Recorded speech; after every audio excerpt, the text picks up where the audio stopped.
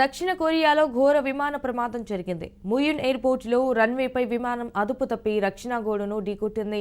దీంతో భారీగా మంటలు చెలరేగి విమానం పేలిపోయింది. ప్రమాదం సమయంలో విమానంలో 175 మంది ప్రయాణికులు, 6 సిబ్బంది ఉన్నారు. 28 మంది మృతి చెందినట్లు అక్కడి అధికారులు తెలిపారు.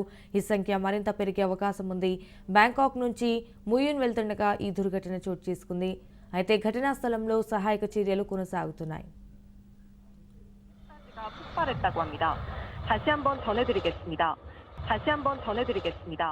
다시 한번 전해드리겠습니다. 오늘 오전 దక్షిణ కొరియాలో ఘోర విమాన ప్రమాదం జరిగింది. ముయిన్ ఎయిర్పోర్టులో రన్వేపై విమానం అదుపు తప్పి రక్షణ గోడను ఢీకొట్టింది. దీంతో భారీగా మంటలు చెలరేగి విమానం పేలిపోయింది. ప్రమాదం సమయంలో విమానంలో 175 మంది ప్రయాణికులు, 6 సిబ్బంది ఉన్నారు. 28 మంది మృతి చెందినట్లు అక్కడి అధికారులు తెలిపారు. ఈ సంఖ్య మరింత పెరిగే అవకాశం ఉంది. బ్యాంకాక్ నుంచి ముయిన్ వెళ్తుండగా ఈ దుర్ఘటన చోటు చేసుకుంది. అయితే ఘటనా స్థలంలో సహాయక చర్యలు కొనసాగుతున్నాయి.